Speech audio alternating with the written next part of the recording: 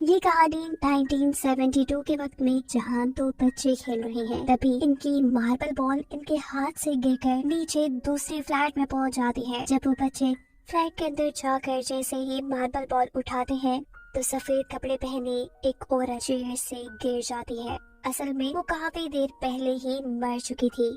इस सब के 4 साल बाद इसी बुढ़ी औरत वाले फ्लैट में एक फैमिली शिफ्ट हुई है, जिन्होंने ये फ्लैट बैंक से लोन लेकर लिया है। बैंक का लोन उतारने के लिए दोनों हस्बैंड वाइफ तो काम पे चले जाते थे और इनके पीछे घर पे रह जाती थी एम्पायर, जो इस कपल की बड़ी बेटी है, जिसने घर पे रहकर अपने छोटे भाई रेफल और अपने दादाजी का ख्याल रखना होता था। अभी वो अपने भाई को कपड़े चेंज करवा ही रही थी तो अचानक उनके पास बैठे दादाजी गायब हो जाते हैं। घबराहट में वो अपने भाई को छोड़कर अपने दादाजी को ढूंढने में लग जाती है। दादाजी इस टाइम वॉशरूम में थे। उन्हें देखते हुए एम्पायरों भी वॉशरूम के अंदर चली जाती है और अचानक वॉशरूम के सारे खिड़कियां दरवाजे बंद हो जाते हैं। वो जोर जोर से चिल्लाकर अपने मॉम डैड को बुलाती है। उसके मॉम डैड दरवाजा खोलकर उसको बाहर निकाल लेते हैं और फिर रेफल के रूम में जाते हैं, जहां वो खिड़की से लटका हुआ था। अगर रेफल गिर जाता तो यकीनन ना बचता। उसके डैड अपनी वाइफ को खामोश कराते हुए जल्दी से जाकर रेफल को पकड़ के कमरे में ले आते हैं और फिर एम्पायरों को डांटना शुरू कर देते हैं। एम्पायरों ने बताते हैं कि यहाँ दादाजी अजीब तरीके से गायब हो गए थे। फिर अचानक वॉशरूम के दरवाजे बंद हो गए और जब मैंने नीचे से देखा तो मुझे नीचे एक शैतानी पाँव नजर आया। एम्पायरों के मॉम डैड उसकी कोई बकवास नहीं सुनते और उसे ही डांट कर यहाँ से चले जाते हैं। सीन कट होकर हमें एम्पायरों के दूसरे भाई को दिखाया जाता है, जिसे अपने रूम की खिड़की पर दूसरी बिल्डिंग से अटैच रेलिंग पे एक लेटर मिला है। इस लेटर पे एक लड़की का नाम लिखा था। एम्पायरों के भाई को लगता है कि शायद ये लड़की उससे दोस्ती करना चाहती है। वो भी अपना नाम लिखकर उस रेलिंग पे लगाकर दूसरी बिल्डिंग तक पहुंचाता है, पर काफी देर उस लड़की के वेट में खड़ा रहता है जो ये लेटर लेगी। थक कर जैसे ही वो साइड पे होता है तो उसे दोबारा रेलिंग से आवाज आने लगती है। जब वो देखता है तो उस जगह एक और लेटर पड़ा था, जबकि दूसरी तरफ रेफल अपने कमरे में ड्राइंग कर रहा था। और इस मर्तबा दोबारा एम्पायरों के दादाजी घर से चले जाते हैं। अपने दादाजी को ढूंढने जाने से पहले वो रेफल को ये कह के गई थी कि यहाँ से हिलना मत, लेकिन उसके यहाँ से जाते ही रेफल को एक मार्बल बॉल की आवाज आती है जो उसके रूम के बिल्कुल करीब पड़ा था। रेफल जैसे ही इस मार्बल बॉल को उठाता है तो उसे अपने दूसरे कमरे से टीवी चलने की आवाज आती है। टीवी पे एक बुढ़ी कार्टून उसे अपने पास बुला रही थी। रेफल बेचारे को कुछ समझ नहीं आता। तो जैसे ही टीवी के करीब जाता है तो टीवी के अंदर से एक भूतिया हाथ निकल कर उसे टीवी के अंदर कर लेता है। यहाँ दिखाया जाता है कि एम्पायरों को रोड पे घूमते हुए अपने दादाजी भी मिल जाते हैं, जिन्हें वो लेकर जब घर आ रही होती है तो उसके दादाजी कहते हैं, नहीं मैं वहाँ नहीं जाऊंगा, वहाँ जो औरत है वो हम सबको मार डालेगी। एम्पायरों जबरदस्ती उन्हें लेकर घर आ जाती है, लेकिन घर आने पर उन्हें अब रेफल कहीं नहीं मिल रहा था। घबरा के ये लोग पुलिस में भी रिपोर्ट करवा देते हैं, जिसके बाद एम्पायरों के मॉम डैड भी रेफल को ढूंढने के लिए बाहर निकल चुके थे। अब एम्पायरों ही घर पे अकेली थी और तभी उसे एक फोन की आवाज आती है। एम्पायर जब फोन उठाते हैं तो फोन पे दूसरी तरफ रेफल था।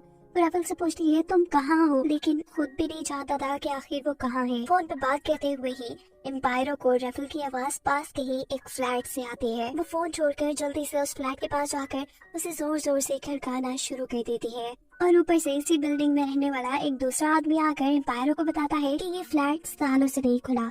एम्पायरों के मॉम डैड और उसका भाई भी यहाँ आ चुके थे। वो इन सबको बताती है कि मुझे रेफल की आवाज यहाँ से आ रही है। ये लोग इस फ्लैट को लॉक खोलकर इसके अंदर चले जाते हैं। रेफल को ढूंढते ढूंढते एम्पायरों इस फ्लैट के एक कमरे में आई, जहाँ उसे पर्दे के पीछे एक छोटे बच्चे का साया नजर आया। जैसे जैसे वो उस साये के करीब जाती रही वो साया बड़ा हो गया। एम्पायरों जैसे ही पर्दा हटाती है तो वहाँ एक चुड़ैल खड़ी थी। वो उसे देखते ही डर चुकी थी। उसके लंबे लंबे बाल, वो जोर जोर से चीखें मार रही थी। एम्पायरों की फैमिली उसे यहाँ आकर खामोश करवाने की कोशिश करती है और उसके डैड जब खिड़की के पीछे देखते हैं तो वहाँ कोई भी नहीं था। खैर अगले दिन हमें दिखाया जाता है कि एम्पायरों की मॉम अपने काम पे थी और यहाँ उस शॉप पे कस्टमर के तौर पे एक पैरालाइज्ड औरत आती है, जो एम्पायरों की मॉम को देखकर सीटी बजाने लग गई थी। एम्पायरों की मॉम को जरा अजीब लगता है।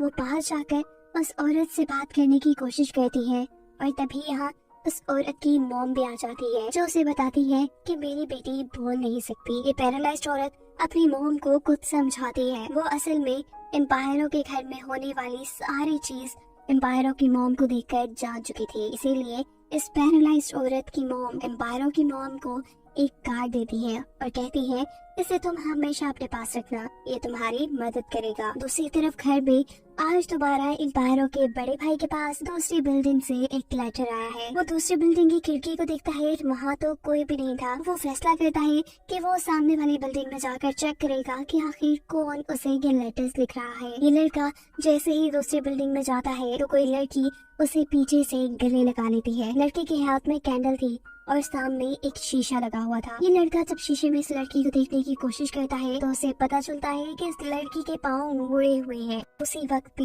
ये चुड़ैल इस लड़के को मारने की कोशिश करती है, पर ये लड़का बड़ी ही होशियारी दिखाते हुए इस चुड़ैल को उठाकर दूर फेंकता है और यहाँ से भागते हुए अपनी जान बचाकर निकल आता है। यही एम्पायरों को भी घर पर अब पेट में दर्द हो रहा था, तो जब अपना पेट चेक करती है तो उसके पेट पे बहुत सारे निशान थे। वो इन निशानों को ज्यादा बॉदर नहीं करती, उसे लगता है कि ये एलर्जी है। वो अब कुछ सब्जियां लेकर आई थी जिसे वो जब किचन में रखने जाती है तो किचन के दरवाजे में से देखती है कि कोई अजीब सी क्रिएचर उनके किचन में कुछ बना रही है। वो जल्दी से दरवाजा खोलती है तो उसे पता चलता है कि ये तो उसके दादा है। अंदर जाकर जब वो अपने दादाजी से बात करती है तो उसके दादा अब उसके छोटे भाई यानी रैफल की आवाज में उससे बात कर रहे थे। इसी टाइम पर दोबारा फोन रिंग करता है। एम्पायरो जब दोबारा फोन उठाती है तो उसे रैफल की आवाज आ रही थी। पहले की तरह ही रैफल से बात करते हुए उसे रैफल की आवाज पास की एक फ्लैट से आ रही थी। वो फोन को ऐसे ही छोड़कर जल्दी से उस फ्लैट का दरवाजा खोलती है और फाइनली उनका भाई उसे उसी फ्लैट में मिल चुका था। इस अजीब वाकये से अब पूरे घर वाले डर चुके थे। रैफल और एम्पायर की मॉम अपने हस्बैंड से कहती है बस अब और हम यहाँ नहीं रहेंगे, हम इस घर को छोड़कर कहीं और चले जाएंगे। पर ये आदमी कहता है नहीं, हमने इस घर को खरीदने के लिए बहुत सा बैंक लोन लिया है, हम इसे नहीं छोड़ सकते। रात हो गई थी। एम्पायरो जैसे ही अपने कमरे के अंदर कदम रखती है तो उसी सेकंड उसके कमरे के सारे खिड़की दरवाजे एकदम से बंद हो जाते हैं, यहाँ तक कि लाइट भी उसके कमरे की चली गई थी। वो जोर जोर से चिल्लाती है। उसके मॉम डैड जैसे ही इस कमरे में आते हैं तो उन्हें नजर आता है एक बहुत बड़ा खौफनाक भूत का हाथ जो एम्पायरों की तरफ बढ़ा था। उसके डैड एम्पायरों को बचाकर पीछे कर लेते हैं और ये देखने के बाद इन लोगों को फाइनली यकीन आ चुका था कि उनके घर में कोई आत्मा यानी कोई भूत रहता है। अब तो ये लोग इस घर में बिल्कुल नहीं रहने वाले थे। रैफल और एम्पायरों के डैड इन सब को लेकर एक होटल में चले जाते हैं और पूरी रात ये लोग ये दुआएं करते हुए गुजार देते हैं कि वो इस आत्मा से बच जाएं जो उनके घर रह रही है। अगले दिन एम्पायरों के मॉम डैड को बैंक वाले बुलाकर ये बताते हैं कि आपको जल्द से जल्द बैंक का लोन वापस करना होगा। पैसों का इंतजाम करने के लिए एम्पायरों के डैड अपने फ्रेंड्स को कॉल करते हैं, लेकिन कहीं से पैसों का इंतजाम नहीं हो पाता। वो पिछले 2 दिन से ऑफिस में नहीं गए थे, इसीलिए उनको जॉब से भी निकाल दिया गया था। थक हार कर अब एम्पायरों की मॉम उस पैरालाइज्ड लेडी के घर जाती है जिसकी मॉम ने उसे एक कार्ड दिया था। वो अपने घर में होने वाली सभी चीजों के बारे में उनको बताती है, जिस पर ये लेडीज कहती है कि हमें तुम्हारे घर होने वाली हर चीज के बारे में पहले ही पता था।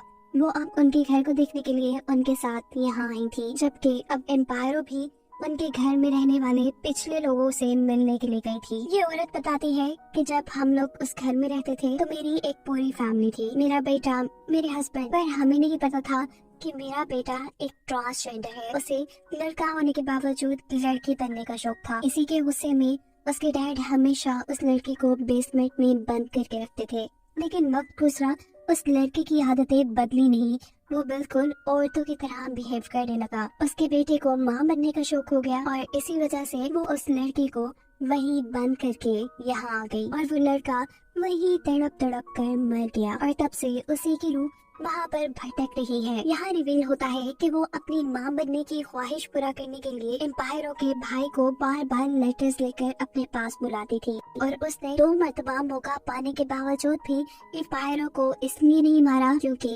एम्पायरों प्रेग्नेंट थी।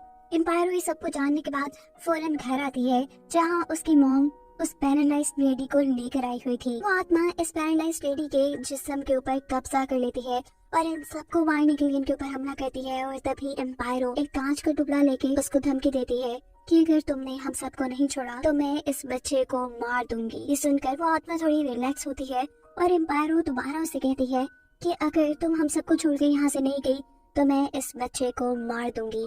मुझे पता है कि तुम ये बच्चा लेना चाहती हो। ये भूत, ये आत्मा अब इमोशनल हो चुकी थी। तब मौका पाते ही पायरो के डैड उसके ऊपर चढ़ते हुए उसे लेकर खिड़की से नीचे कूद जाते हैं, जिससे उनकी खुद मौत हो जाती है और भूत फिर भी नहीं मरता। जिनके मरने के बाद उनके लाइफ इंश्योरेंस के सारे पैसे उनकी वाइफ यानी एम्पायरों की मोम को मिलते हैं। उन पैसों से वो इस घर का बैंक का लोन पे करने के बाद अपनी फैमिली के साथ इस घर को छोड़कर यहाँ से चली जाती है, जबकि वो आत्मा, वो भूत अभी भी उसी घर के उसी कमरे में अभी तक बंद है, जिसको दिखाते हुए ये कहानी यही खत्म हो जाती है।